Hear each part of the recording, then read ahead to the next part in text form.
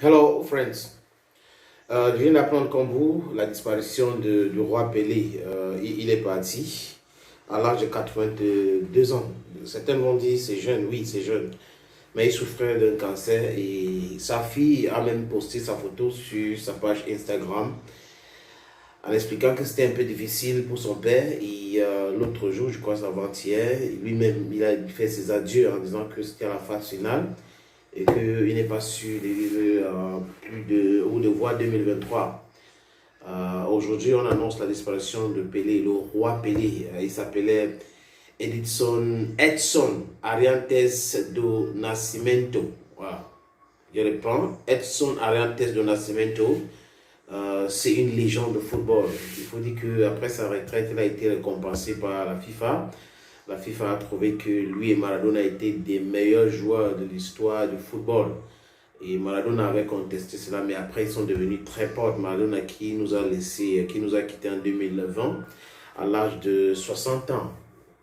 Les amis, c'est triste aussi parce que il y a beaucoup de jeunes aujourd'hui qui jouent au football qui ne connaissent pas le roi Pelé. Mais pour ceux qui sont comme nous et les autres qui sont un peu plus âgés, connaissent très bien le roi Pelé. Le roi Pelé qui a gagné sa première Coupe du Monde à 17 ans, qui est parti de son village pour Rio, qui a joué à Santos, il fait partie des légendes de Santos. Le roi Pelé qui a marqué beaucoup de buts. Il faut dire que à son actif, de façon officielle, on parle de plus de 700 buts. Mais lui, il réclame 1352 buts parce qu'il a marqué les buts aussi lors des matchs officieux. Pour le moment, officiellement, le record de Pelé en termes de buts a été dépassé par Cristiano Ronaldo et Lionel Messi. Et même à l'équipe nationale du Brésil, Neymar vient d'égaler lors de la Coupe du Monde qui se joue au Qatar, c'est le record du roi Pelé. Mais il fait partie de rares, sinon les seuls stars du football mondial qui ont gagné 3 Coupes du Monde. 3 Coupes du Monde à son actif.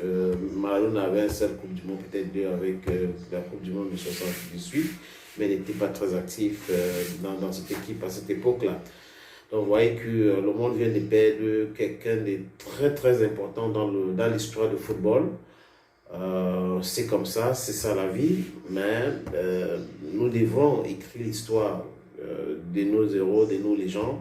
Pelé fait partie c'est un noir. Il faut dire que nous sommes franchement meilleurs dans beaucoup de domaines. Ça n'a rien à voir avec le mot que certains vont prononcer, mais dans beaucoup de domaines, dans le sport, dans la musique, dans la science, les Noirs sont des meilleurs. Donc, ça saute à l'œil. Il faut penser. Donc, nous pensons à Pelé, mais aussi très important, je crois la FIFA doit lui rendre un dernier hommage, peut-être une compétition, qu'on va mettre son nom. Maintenant, si on met le nom de Pelé sans le nom de Maradona, est-ce que ça ne va pas créer un problème? Non, les deux, on peut jouer en compétition Pelé, Diego Armando Maradona.